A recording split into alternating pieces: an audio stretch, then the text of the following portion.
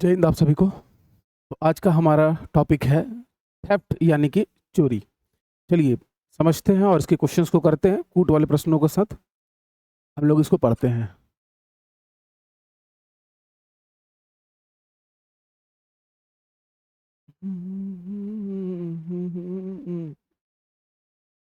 देखिए अभी तक जो हम लोग पढ़ रहे हैं ईवीएस, तो इसमें हम लोगों ने, ठीक है, लास्ट यूनिट कवर कर लिया है। और इस यूनिट यानी कि फैमिली में हमारा आज का टॉपिक चल रहा है चोरी। चोरी के बाद हम पढ़ेंगे बाल श्रम और सारे संवैधानिक प्रावधानों और जो भी कानून है आईपीसी के तहत, उन सभी को देखते हुए हम आगे बढ़ेंगे। क्योंकि अब प्रश्न जो आ रहे हैं परीक्षा में, तो वो ये डिमांड कर रहे हैं आपसे सब्जेक्ट में कि आप भाई बहुत बढ़िया पढ़ के आओ। देखो पेपर आसान आ गया तो बात अलग है, लेकिन अगर घुमावदार आता है, कूट वाले प्रश्न आता है, तो छूटना नहीं चाहिए हमसे एग्जाम में किसी भी तरीके से। तो उसके लिए थोड़ा बहुत नोट्स, अच्छे क्वेश्चंस हर टॉपिक पे आपको करने पड़ेंगे। किसी भी टॉपिक को आपको छोड़ना नहीं है, ठीक है। और इसके लिए प्रेमजीत फाउंडेशन आपको डीपीपी प्रोवाइड करवाता है। भाई डेली प्रैक्टिस पेपर है, उसमें टॉपिक के बाद क्वेश्चंस रहते हैं, साथ में उसके बाद तुरंत जो है आपका टॉपिक वाइज 50 क्वेश्चन का एक टेस्ट लगा लेते हैं आप एप्लीकेशन में। और फिर जब चैप्टर खत्म हो जाता है तो आपको चैप्टर के 5 अच्छे टेस्ट मिलते हैं आए हुए क्वेश्चंस के।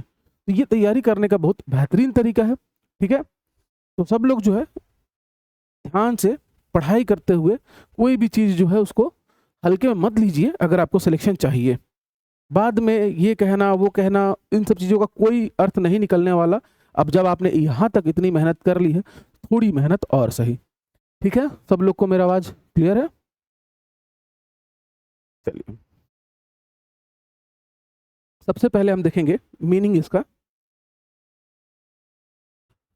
ठीक है, कि हम चोरी कहेंगे तो कहेंगे किसे। देखिए आप लोग सब इस चीज़ से वाकिफ हैं, ठीक है। चोरी किसी के लिए नया नहीं है।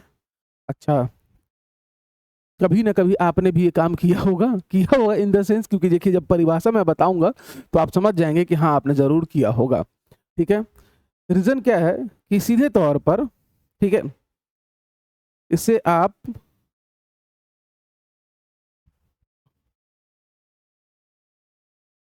अगेंस्ट प्रॉपर्टी, और इसके सामने एक वर्ड बस लगा देना, क्राइम। क्राइम अगेंस्ट प्रॉपर्टी यानी कि संपत्ति के विरुद्ध अपराध। किसी के भी संपत्ति के विरुद्ध अगर आप अपराध करते हैं, कोई क्राइम करते हैं, तो वो चोरी के अंतर्गत आता है। साधारण भाषा में अगर मैं समझाऊं तो कोई भी चल संपत्ति अगर है, कोई भी चल संपत्ति अगर है, ठीक है, और जिसकी वो संपत्ति है, ठीक है, तो उससे बिना सहमति के या सहमति के बिना, सहमति के बिना बेईमानी की नीयत से, बेईमानी की नीयत से, ठीक है, अगर आप अपने कब्जे में लेते हैं, अपने कब्जे में लेना क्या कहलाएगा? चोरी कहलाता है, ठीक है। कोई भी चल संपत्ति है, मान लो कि एक पेन हो गया, एक बाइसिकल हो गया, किसी का कोई सामान हो गया जिससे आप एक जगह से दूसरे जगह हटा सकते हो।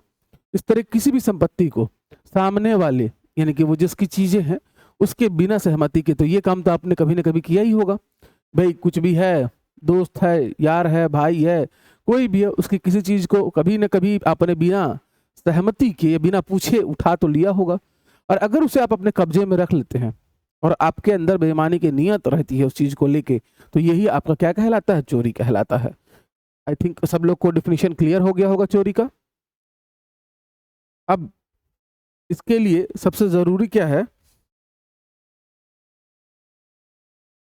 इसके एलिमेंट्स यानी कि तत्व। चोरी के तत्व कौन सा होगा? तो सबसे पहला होगा कि चल संपत्ति होनी चाहिए, ठीक है। चलिए चल संपत्ति होगी, उसके बाद उसको बेईमानी की नीयत से कब्जा कर लिया जाए या बिना सहमति के, ठीक है। या बिना सहमति के, यानी कि सहमति के बिना, ठीक है, उसके मालिक के पास से हटाया गया हो या छीना गया हो। बहुत ध्यान से इस टॉपिक को पढ़िएगा, क्योंकि सबके लिए अलग अलग टर्म्स आएंगे और सबके लिए अलग अलग आर्टिकल्स आएगा, और सबके लिए जो है हमारे आईपीसी में और बीएनएस में, भारतीय न्याय संहिता में, अलग अलग धाराएं हैं और उससे प्रश्न पूछे जा सकते हैं। ठीक है, और क्या आएगा, तो और आएगा कि बेईमानी की नियत। बेईमानी की नियत से बिना किसी की सहमति के आपने कोई चीज उठा ली, और बेईमानी की नियत से उठाया तो जाहिर तौर पर आप वापस तो करोगे नहीं, तो इसे ही हम लोग क्या कहेंगे, चोरी का नाम देंगे। चल संपत्ति होनी चाहिए, फिर उसको बेईमानी के नियत से सामने वाले के बिना सहमति के अपने कब्जे में रख लेना।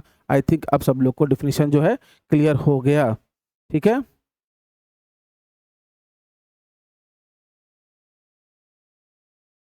अब ध्यान देना कि चोरी और जैन धर्म, भाई जैन धर्म के 5 महाव्रत सब लोग को याद होगा, उसमें से तीसरा व्रत जो है वो है अस्तेय। 5 महाव्रतों में तीसरा जो व्रत है उसे हम लोग नाम देते हैं अस्तेय का। अस्तेय सीधे तौर पर, ठीक है, इसका अर्थ होता है चोरी ना करना। तो अब देखो, जैन धर्म बहुत पहले की चीज है, उस समय चोरी होती भी थी, तो किसकी चीज ज्यादा से ज्यादा चोरी हो सकती थी, तो अनाज की, पशु, यही सब था, मुद्रा वगैरह, तो इन सब चीजों की चोरी होती थी, आभूषण हो गए, इन सब चीजों की चोरियां होती थी उस समय। लेकिन धर्म में महाव्रत के रूप में इसको स्थापित किया गया, तो जाहिर तौर पर इसका कुछ न कुछ और अर्थ जरूर होगा। चलिए उसे लिखिए कि किसी वस्तु, फिर लिखना श्रम, फिर लिखना समय, फिर लिखना विचार, फिर लिखना अधिकार, फिर लिखना अवसर का अनुचित लाभ न लेना भी अस्तेय है, अर्थात चोरी है। कोई वस्तु है, हमें कहीं श्रम करना है, समय है, विचार है, अधिकार है और अवसर, उनका अनुचित लाभ न लेना भी अस्तेय माना गया जैन धर्म में। मतलब देखिए कितनी डीप फिलॉसफी है यहाँ पर, कि भाई आपके पास कोई वस्तु है, तो उसका अगर उपयोग नहीं कर रहे हैं, अनुचित उसका लाभ नहीं ले रहे हैं, तो भी ये अस्तेय है, चोरी है। श्रम अगर आप ठीक से नहीं कर रहे हैं, मेहनत नहीं कर रहे हैं, मन लगा पढ़ाई नहीं कर रहे हैं, तो ये भी चोरी है, आप खुद के साथ कर रहे हैं और अपने लोगों के साथ भी कर रहे हैं। इसी तरीके से किसी अधिकार के लिए भी ना लड़ना भी चोरी है। ठीक है, तो इसलिए अपने अधिकार के लिए अवश्य लड़ें। ठीक, तो ये उस परिभाषा हो गया, और इसके अंदर आपको क्या ही बताया जाए। अच्छा लिख लो कि नैतिकता की दृष्टि से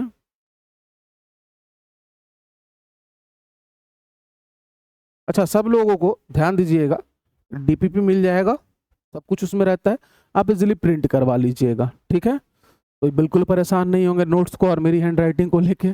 ठीक, तो नैतिकता की दृष्टि से लिखिएगा, बच्चों में ईमानदारी,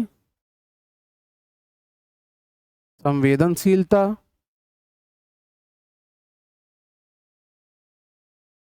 और सामाजिक उत्तरदायित्व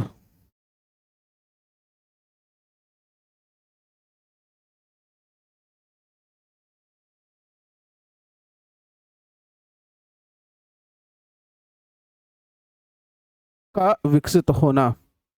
जैन धर्म में 5 महाव्रत बनाए गए, उसमें से हम लोग तीसरे अस्तेय के बारे में पढ़ रहे हैं, जिसका मतलब होता है चोरी ना करना। उसकी परिभाषा इस तरीके से देखिए हमने, कि वस्तु, श्रम, समय, विचार, अधिकार या अवसर का अनुचित लाभ, ठीक है, ना लेना भी अस्तेय है। भाई उचित लाभ ना लीजिएगा आप, या अनुचित लाभ कभी भी नहीं लेंगे उस चीज का।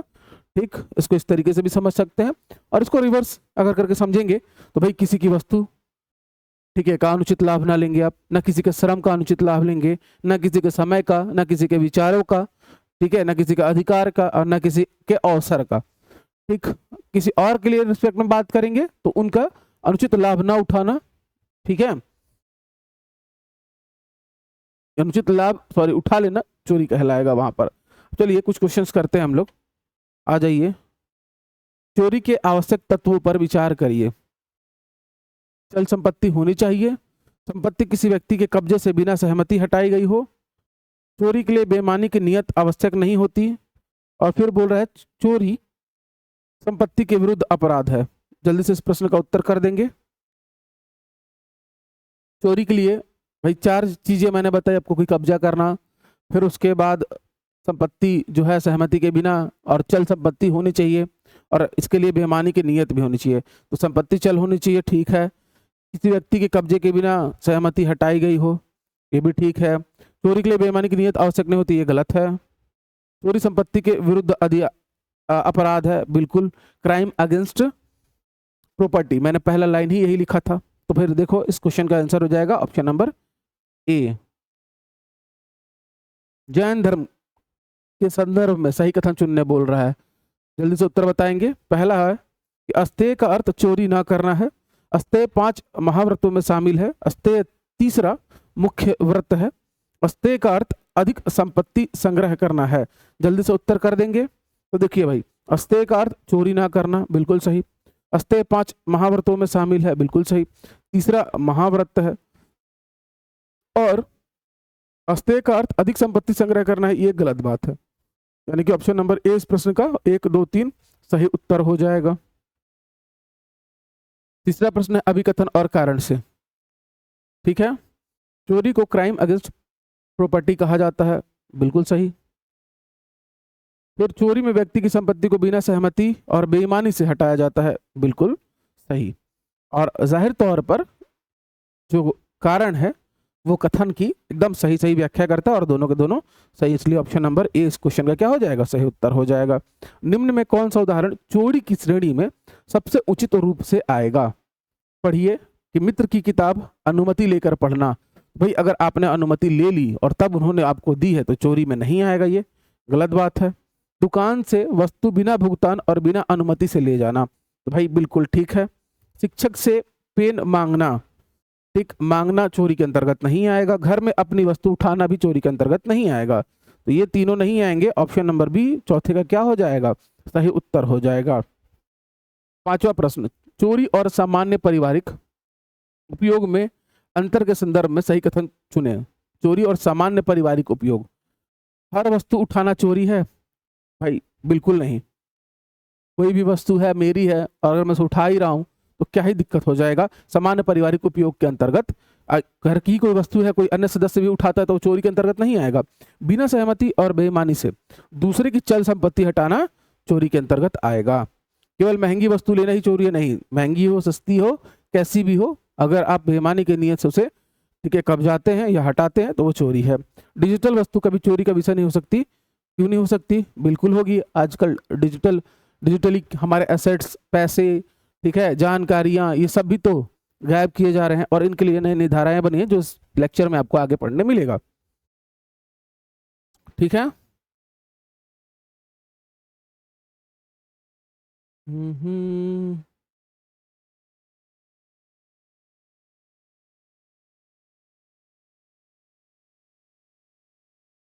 चलिए अब लिखेंगे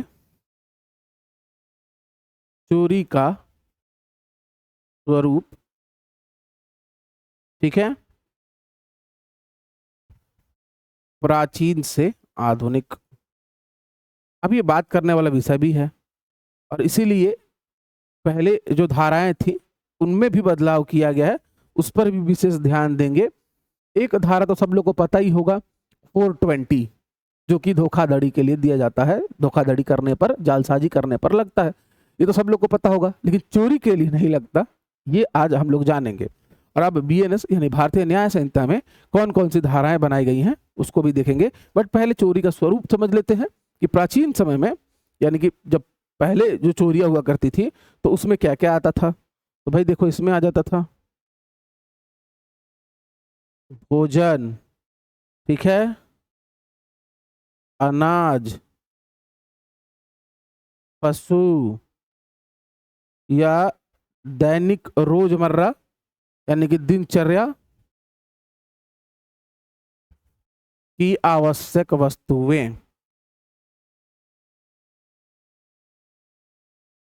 पहले लोग यही सब चुराते थे, या ज्यादा से ज्यादा आप लिख सकते हो यहां पर आभूषण या श्रृंगार की जो वस्तुएं हैं औरतों की, तो वो सब चीजें जो है ये चोरी होती थी और लोग अपनी आवश्यकता की पूर्ति करने के लिए करते थे। मान लो कोई गरीब है, उसके पास अनाज नहीं है, मैं इसको एथिकली मोरली सही नहीं बोल रहा हूँ, लेकिन मैं चोरी का स्वरूप बता रहा हूँ कि प्राचीन समय में इस तरीके से हुआ करता था। भाई उसे भूख लगी है, खाना खाना है, तो भोजन चोरी कर लेता था। कायदे से उसे श्रम करना चाहिए, उसे अर्जित करना चाहिए, लेकिन पहले प्राचीन काल में चोरी का ये स्वरूप था। ठीक है। अब आधुनिक समय में चोरी जो है ना, केवल भौतिक वस्तुओं तक सीमित नहीं रही।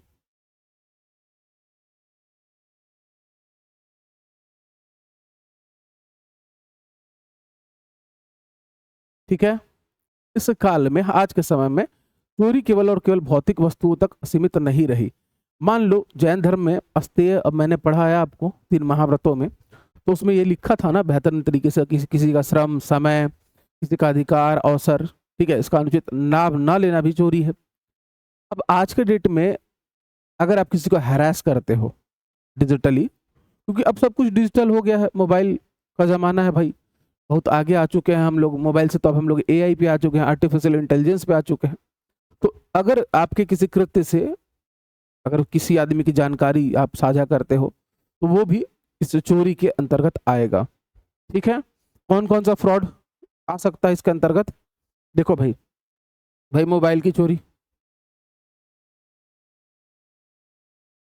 मोबाइल चोरी करना, ठीक है। आजकल आधुनिक युग में सबके पास गाड़ियां हैं, तो वाहन जो है, वाहन को चोरी कर लेना, ठीक है।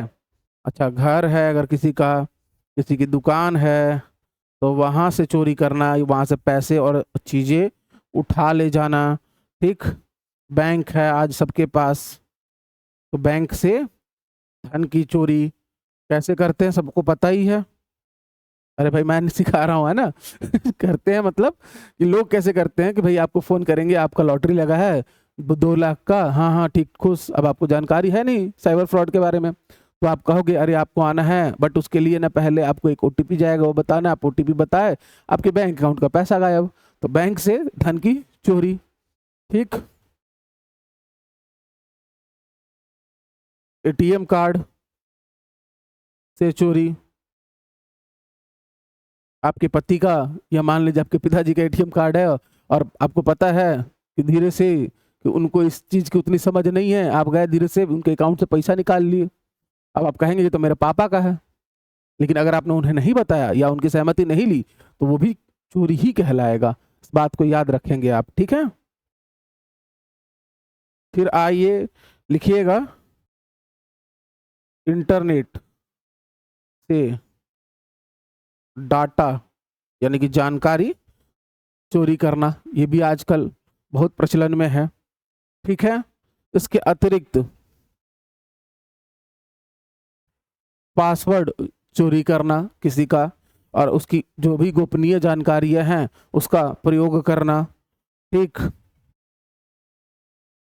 तो इतना पर्याप्त है हमारे आधुनिक चोरी के स्वरूप में। प्राचीन आपको पता है भोजन, अनाज, पशु, आभूषण, दैनिक दिनचर्या की जो आवश्यक वस्तुएं होती हैं, ठीक है, लेकिन ये भौतिक था। अब आधुनिक रूप में केवल भौतिक न रहकर देखो भाई उसका दायरा कितना बढ़ गया, किस तरीके से ये होने लगा।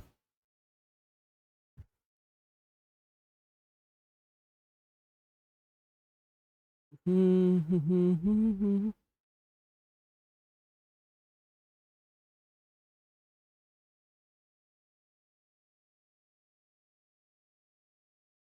अब चलिए चोरी का स्वरूप और चोरी का कारण देखते हैं कि भाई एक चोरी अगर होती है तो उसके पीछे का कारण क्या होता है। अगर कोई चुराता है कुछ भी चीज तो ठीक है, उसके पीछे का कारण क्या होता है। तो सबसे पहला कारण है गरीबी।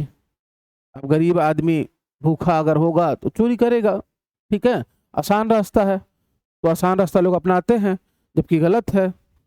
फिर है संसाधनों का अभाव।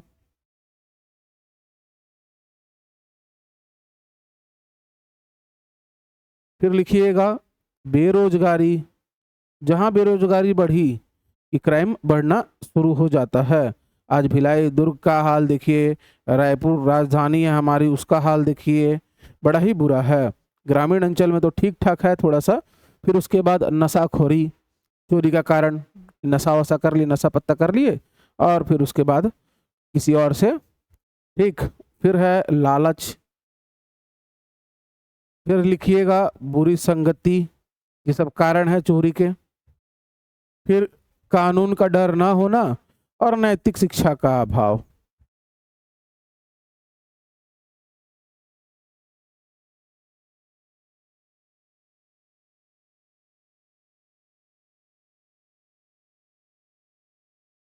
अगला लिखिएगा कानून का डर ना होना, कानून का डर ना होना। तो इस तरीके से चोरी के इतने सारे कारण हमने देख लिए।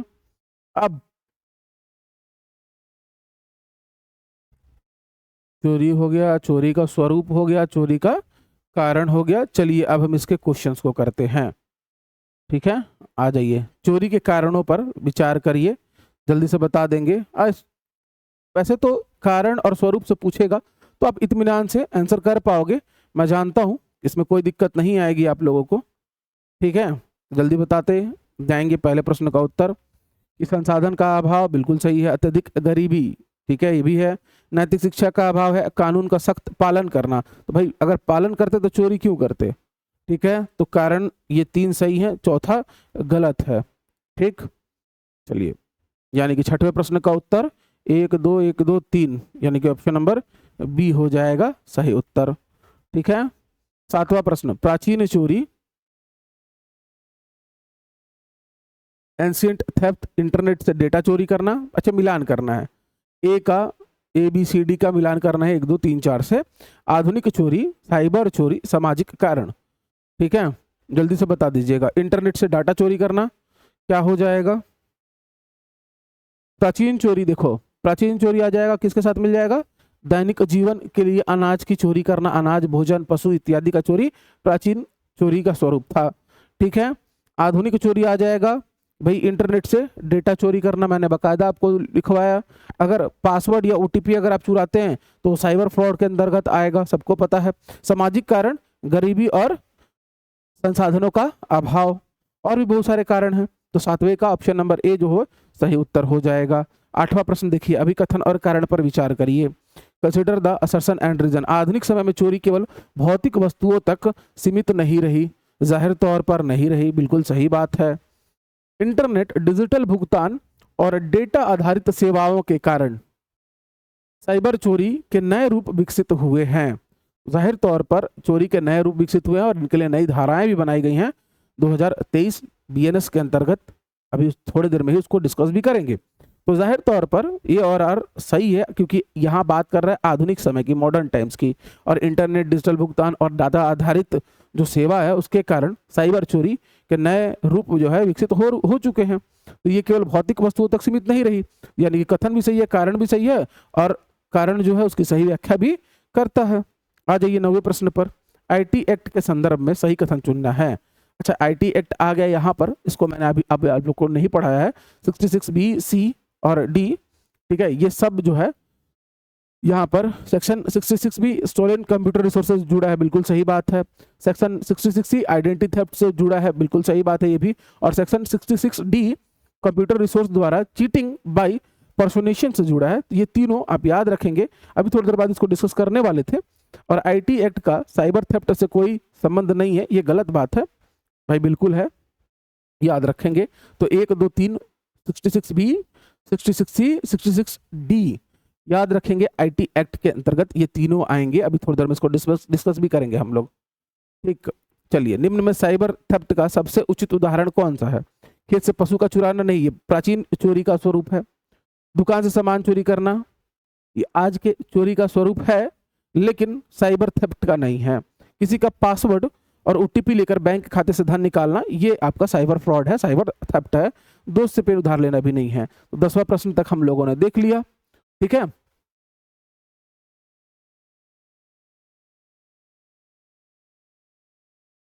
चलिए फिर आगे देखते हैं। लेक्चर्स थोड़े से लंबे हो जा रहे हैं, समझ रहा हूँ उस चीज को मैं। ठीक है, और इसी वजह से मुझे भी थोड़ा सा सहयोग लेना पड़ता है चेयर का, जरूरी भी है। बस बढ़िया से आप लोग पढ़ते रहिए, और क्या चाहिए।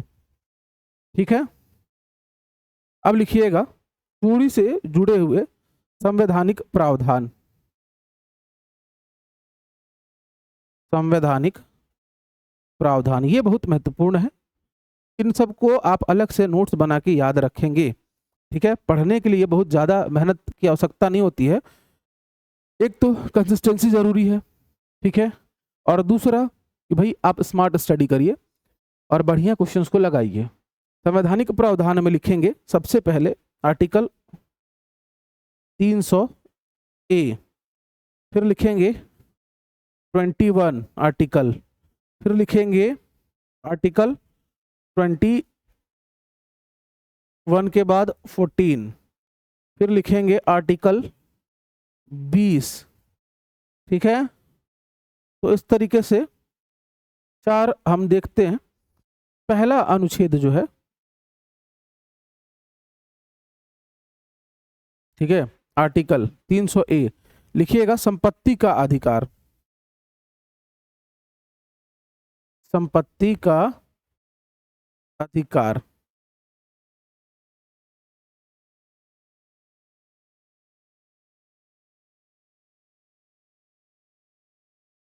ठीक है भाई। संपत्ति का अधिकार आर्टिकल 301 साफ तौर पे कहता है कि किसी व्यक्ति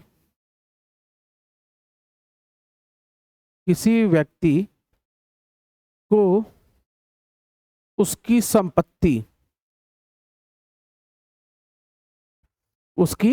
संपत्ति से कानून के अधिकार के बिना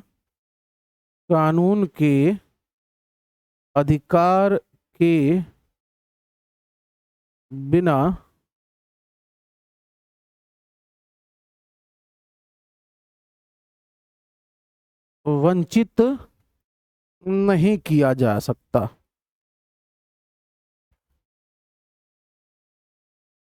आर्टिकल 301 300 ए किसी को संपत्ति का अधिकार देता है। अगर आपके पास कोई भी संपत्ति है तो बगैर कानून के अधिकार के बिना आपको उस संपत्ति से वंचित नहीं किया जाएगा।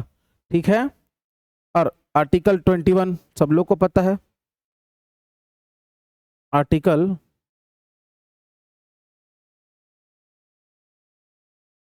ये हमें जीवन और व्यक्तिगत स्वतंत्रता देता है। आपके स्वतंत्रता के अधिकार में से एक आर्टिकल 21, ठीक है, जीवन और व्यक्तिगत स्वतंत्रता। ठीक, कि भाई आपके जो भी जीवन है और जो भी पर्सनल चीजें हैं तो उसकी इंडिपेंडेंसी रहती है। अगर उस पर कोई भी खतरा आता है तो उसके लिए कानून है हमारे देश में, और वहां पर, ठीक है, जैसे घर में चोरी, बैंक में चोरी, व्यक्ति की सुरक्षा, गरिमा और मानसिक स्थिति इत्यादि इसके अंतर्गत आ जाएंगे। अगर उसको कोई प्रभावित करता है तो उसकी रक्षा के लिए हमारे पास आर्टिकल 21 है। आर्टिकल 14 क्या कहता है? तो ये हमें विधि के समक्ष समानता प्रदान करता है। अब इसका क्या मतलब हुआ? विधि के समक्ष समानता, भाई अगर आप अमीर हैं या आप गरीब भी हैं, ठीक है, तो अगर आपने चोरी की है तो कानून के नजरों में आप बराबर हो, आपको बराबर रूप से दंडित किया जाएगा। उसकी धाराएं आप पर लगाई जाएंगी, इस बात का ध्यान रखेंगे। फिर आता है आर्टिकल नंबर 20, अपराध और दंड से सुरक्षा।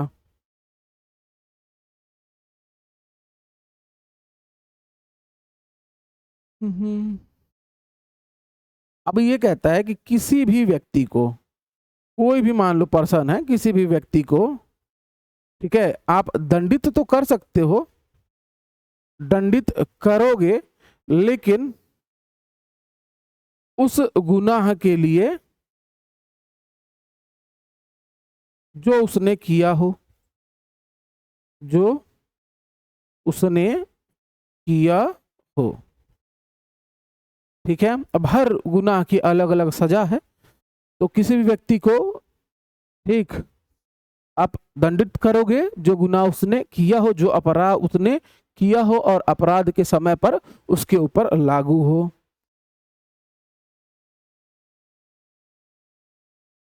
अब आ जाओ संवैधानिक प्रावधान में, ये 4 याद रखना, 1 2 3 4।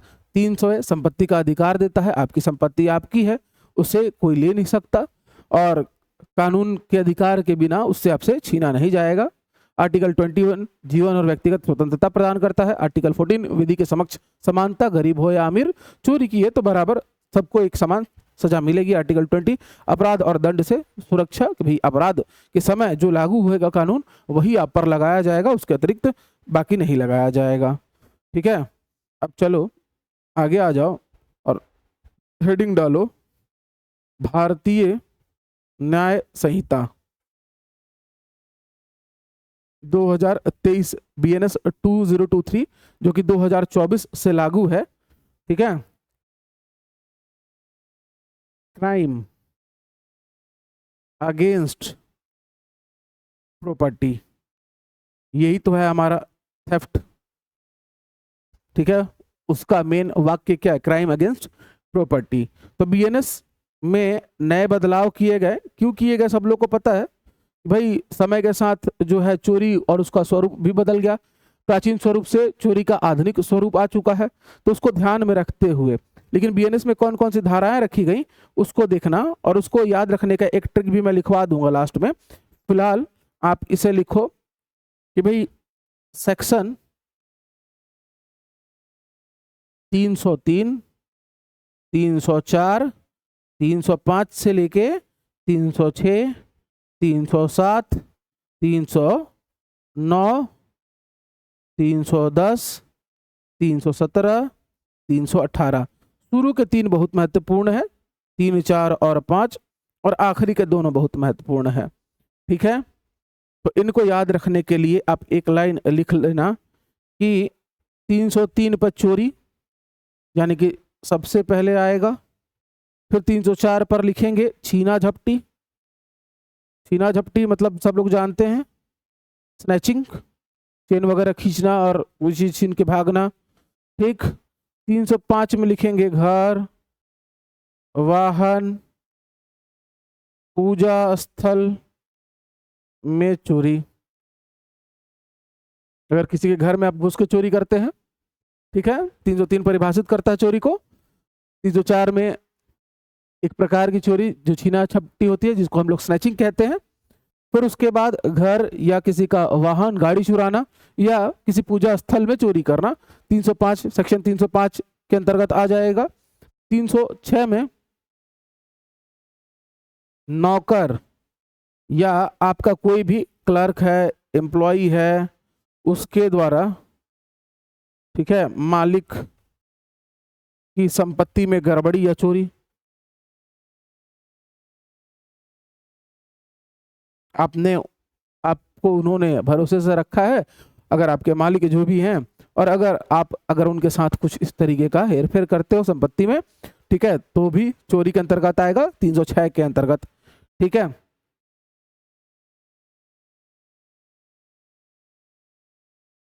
तीन 307 में चोरी से पहले मृत्यु, यानी कि चोरी करने गए और अचानक से पैनिक कर गए और आपने सामने देखा अगर किसी को, तो आपने उसको मार दिया, तो धारा 307। और ये तो कोई भूलेगा नहीं, ठीक है, अच्छे से याद होगा सब लोग को 307, इसलिए शुरू का 3 4 5 आपको याद होना चाहिए। 307 तो एक एक बच्चे को याद रहता ही है, ठीक है। तो मृत्यु से जुड़ा हुआ। 309 में लिखोगे लूट, लूट को लिखना रॉबरी, और 310 में लिखोगे डकैती। पूरा गैंग वैंग आगे बनाए, सामान वामान लेके जाए या मार दें या साथ में उठा के भी लेके चले जाए तो वो डकैती। लूट आए बस सामान लेके भागे तो वो लूट के अंतर्गत आ जाएगा, रॉबरी के अंतर्गत आ जाएगा। और फिर उसके बाद जो है 317 में चोरी का माल या चोरी की संपत्ति, और 318 में लिख देंगे धोखा धड़ी यानी कि चीटिंग। उसके लिए आ जाएगा आपका सेक्शन 318। तो 303 चोरी छीना झपटी और घर वाहन पूजा स्थल में चोरी, ये बहुत महत्वपूर्ण है। 307 चोरी के समय, वारदात के समय अगर मृत्यु हो जाती है किसी की तो धारा 307 बीएनएस का भारतीय न्याय संहिता, इसको लिख लोगे आप।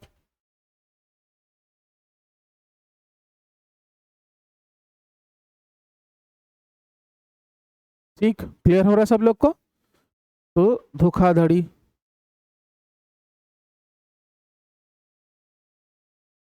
अच्छा, साथ ही साथ संवैधानिक प्रावधान बता दिया मैंने आपको, बीएनएस बता दिया।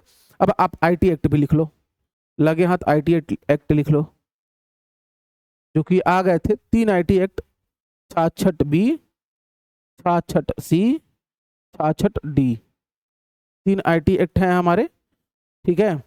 कोई भी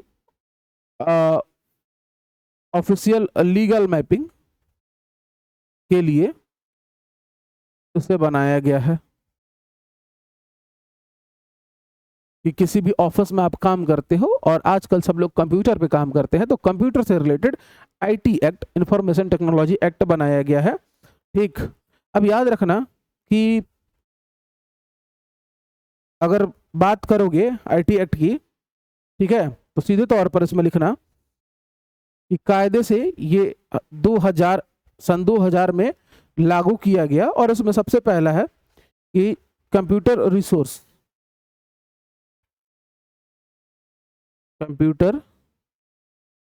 रिसोर्स या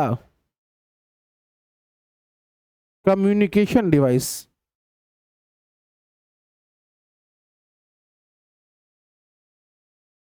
को बेईमानी से रखना या प्राप्त करना,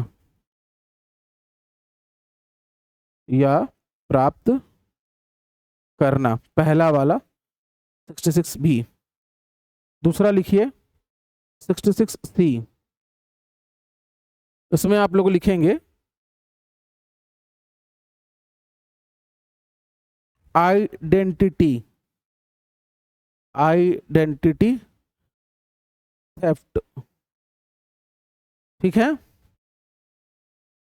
यानी कि किसी की पहचान चुराना और उस पहचान के आधार पर कोई भी गलत कृत्य कर लेना।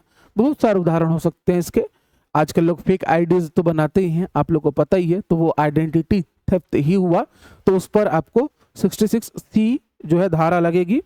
और 66 डी में लिखेंगे आप लोग कि कंप्यूटर रिसोर्स के माध्यम से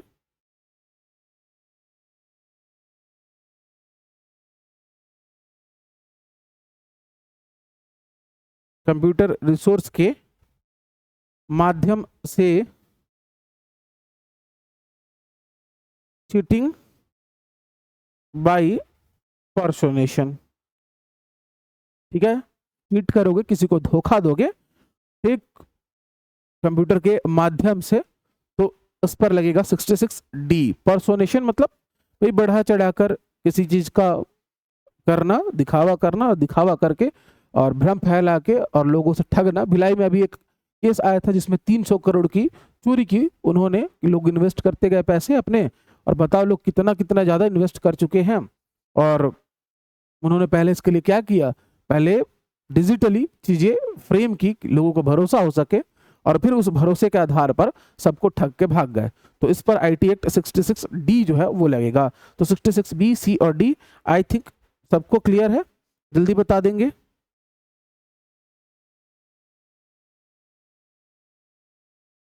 चलिए, अगर क्लियर हो गया होगा तो इन प्रश्नों का उत्तर करेंगे। आर्टिकल 300 ए विधि के समक्ष समानता। आर्टिकल 21 संपत्ति से कानून के बिना वंचित ना करना। आर्टिकल 14 जीवन और व्यक्तिगत स्वतंत्रता। आर्टिकल 20 अपराध और दंड से सुरक्षा। बताइए कौन सा सही हो जाएगा? सब लोगों को पता है 300 ए संपत्ति से कानून के बिना वंचित ना करना, किसी की भी संपत्ति है तो। ठीक, विधि के समक्ष समानता आर्टिकल 14 है, और जीवन और व्यक्तिगत स्वतंत्रता आर्टिकल 21 है, और ये ठीक है। 20 आर्टिकल 20 अपराध और दंड से सुरक्षा प्रदान करना, कि भाई जब अपराध हुआ उस समय पर क्या उस पर धारा लगेगी, दंड लगेगा। तो ए का 2, बी का 3, सी का 1 और डी का 4। ऑप्शन नंबर ए जो है इस प्रश्न के लिए क्या हो जाएगा? सही उत्तर हो जाएगा। चलिए इस प्रश्न का उत्तर कीजिए। आर्टिकल 300 ए के संदर्भ में सही कथन चुनना है। यह संपत्ति से वंचित न किए जाने से जुड़ा है। यह कहता है कि कानून के अधिकार के बिना व्यक्ति को संपत्ति से वंचित नहीं किया जा सकता। यह सीधे थेफ्ट की पनिशमेंट बनाता है। यह बताता है चोरी आर्टिकल 301 की भावना के विरुद्ध है। जल्दी से इस प्रश्न का उत्तर कर देंगे। देखो भाई, थेफ्ट की पनिशमेंट नहीं बताता है ये, बाकी दोनों सही हैं कि भाई संपत्ति से वंचित ना किए जाने से जुड़ा हुआ है। ठीक है, तो 1 2 3 तो होगा नहीं, 2 3 4 भी नहीं होगा, 1 3 4 भी नहीं होगा, सीधे 1 2 और 4 होगा कि भाई ऑप्शन नंबर ए सही हो जाएगा कि 300 ए चोरी जो है उसकी भावना के विरुद्ध है, क्योंकि सीधे तौर पर आपको आपके संपत्ति से वंचित नहीं किया जा सकता। कानून अगर ना चाहे तो, कोई अगर कर रहा है तो वो गलत है। वर्तमान कानून के संदर्भ में सही कथन चुनना है। नए आपराधिक कानून 1 जुलाई 2024 से लागू हुए। ठीक है, आगे बताएं। वर्तमान नए अपराधों में चोरी बीएनएस 2023 के अंतर्गत पढ़ी जाती है। बीएनएस में चोरी जो है सेक्शन 303 से जुड़ी है। अभी हम लोगों ने पढ़ा था 303, 304, 305, 306, 307, 309, 310, 317, 318। आप लोग को अच्छे से याद भी होगा, तो जल्दी से उत्तर बता दीजिए। चोरी वर्तमान संदर्भ में क्या सही है और क्या गलत है? नए आपराधिक कानून, ठीक है, मैंने आपको जब पढ़ाया बीएनएस और मैंने लिखा 2023, तो मैंने वहां एक बात का जिक्र किया कि ये 2024 से लागू किए गए हैं, यानी कि 1 जुलाई 2024 से लागू है। बिल्कुल सही बात है। वर्तमान नए अपराधों में चोरी बीएनएस 2023 के अंतर्गत पढ़ी जाती है। बिल्कुल सही, बीएनएस 2023 के अंतर्गत आर्टिकल सेक्शन 303, 304, 305, 306, 307, 307 के बाद 309, 10, 310, 317 और 318। ठीक है, तो ये क्लियर है आप लोग को? याद उसको कर लेंगे लिख के, और क्वेश्चन जो है ध्यान से देखिए। बीएनएस में चोरी सेक्शन 303 से जुड़ी है। बिल्कुल सही बात है, पहला ही चोरी है। चोरी से संबंधित कोई प्रावधान नहीं है, तो ये गलत बात है। इतने सारे प्रावधान है भाई, चोरी, डकैती, छीना झपटी, लूट, सबके लिए है। तो यानी कि 1 2 और 3 इस प्रश्न का क्या हो जाएगा? सही उत्तर हो जाएगा। आ जाओ, बीएनएस सेक्शन का सही मिलान करना है। सेक्शन 303, तो भाई जाहिर तौर पर चोरी, 304 छीना झपटी। ठीक है, तो ए का दूसरा और बी का पहला हो गया, तो ऑप्शन हमारा ए जो है सही हो गया। बाकी तो 317 और 318 एकदम सही से लिखे हुए हैं कि भाई 317 में स्टोलन प्रॉपर्टी यानी कि चोरी का माल या चोरी की संपत्ति, और 318 में धोखाधड़ी से संबंधित कानून आपको मिल जाएंगे। चलिए, अभी कथन और कारण पर विचार करना है। थेफ्ट और स्नैचिंग समान नहीं है। ठीक, जल्दी से उत्तर बता देंगे। स्नैचिंग में चोरी के लिए अचानक, तेज या बलपूर्वक किसी व्यक्ति या उसके कब्जे से चल संपत्ति छीनना शामिल होता है। जाहिर तौर पर जैसे कि मान लो महिलाएं हैं, बहुत ज्यादा स्नैचिंग उनके साथ ही होता है, और उनके साथ होता है चेन स्नैचिंग। उनको आदत होती है गोल्ड चेन पहनने की, तो अचानक से किसी की नजर पड़ती है, उसको गायब करना है, तो अचानक से मौका देख के आएगा और बलपूर्वक एकदम तेजी से आके उसको लेके भाग जाएगा उस चल संपत्ति को। ठीक है, तो जाहिर तौर पर थेफ्ट यानी कि चोरी और स्नैचिंग, छीना झपटी अलग अलग हुए। चोरी को हम 303 सेक्शन बीएनएस सेक्शन 303 में पढ़ते हैं और छीना झपटी सेक्शन 304 का विषय है। तो ये तो सही है और स्नैचिंग की परिभाषा भी सही है। तो इस परिभाषा के आधार पर इसको चोरी से अलग बनाता है छीना झपटी को, यानी कि कथन और कारण दोनों सही हैं। तो अब आप लोगों के लिए कुछ बचा है क्या? मैंने आप लोगों को संवैधानिक प्रावधान बता दिया, ठीक, फिर मैंने बीएनएस बता दिया, ठीक। अच्छा, एक चीज रह गया था, उसको भी यहाँ देख लो। चोरी से संबंधित इतना काफी है, ये मोर देन इनफ है। इतना भी आपकी परीक्षा में नहीं पूछेगा, लेकिन हाँ, अब जैसा नेचर है एग्जाम का और जैसा बदलता स्वरूप देख रहे हैं हम लोग छत्तीसगढ़ में, तो कुछ कह नहीं सकते, तो इसलिए मैं पूरा ही पढ़ा दे रहा हूँ, कहीं से कुछ भी बाकी नहीं रहेगा। बढ़िया से आप लोग पढ़िए, ठीक है। अब आईपीसी की बात करेंगे। तो आईपीसी सब लोग को पता है कि 1860 में बनेगा, अंग्रेजों के समय बना, ठीक है, और 1870 से लागू किया गया, ठीक। ये बात याद रखेंगे, बहुत महत्वपूर्ण है आईपीसी के बारे में कि 1860 में बना और 1870 में लागू किया गया। और जब भारत शासन अधिनियम आता है 1935 का, जिसको पूरा कॉपी करके ही हमारा संविधान बना दिया गया, तो उस तरीके से ये भी कॉपी हो गया। और इसमें बहुत सारे प्रावधान थे भाई कि क्या क्या नहीं करना चाहिए, क्या करना चाहिए, हर एक चीज के लिए भारतीय दंड संहिता के अंतर्गत। तो अब हम देखते हैं इसमें कुछ कुछ जरूरी आर्टिकल। तो चोरी की जो परिभाषा है आईपीसी के तहत, अब बीएनएस आ गया है अलग बात है, लेकिन आपसे आईपीसी के तहत पूछेगा तो क्या करोगे? तो चोरी की परिभाषा जो रहेगी वो आ जाएगी आईपीसी 378 में, आईपीसी की धारा 378। फिर लिखिएगा चोरी की परिभाषा के बाद चोरी की सजा, उसे लिखिएगा धारा, एक धारा बढ़ा दीजिएगा 379 में। फिर अगर चीटिंग या धोखाधड़ी अगर आप करते हैं तो सबको ये धारा तो याद ही है, ठीक है। धारा कौन सी लगती है? 420, ठीक, सबको ये याद रहता है, अमूमन देखा गया है ये। फिर धारा चोरी की संपत्ति को अगर आपने बेईमानी से प्राप्त किया है तब आप पर धारा 411 लगाई जाएगी। और रॉबरी के लिए जैसे वहां पर रॉबरी यानी कि लूट, और लूट के लिए लिखिएगा धारा 392। और अगर आप डकैती करते हैं तो उसके लिए धारा 396 लगाई जाएगी। तो ये आईपीसी से जुड़े कुछ महत्वपूर्ण आर्टिकल्स, सॉरी सेक्शंस यानी कि धाराएं थी। सबसे जरूरी है चोरी की परिभाषा, तो ये जान लो कि 420 धोखाधड़ी के लिए होता है, ठीक है, चोरी के लिए 378, धारा 378, और चोरी के लिए सजा जो है वो 379 में है, ठीक है।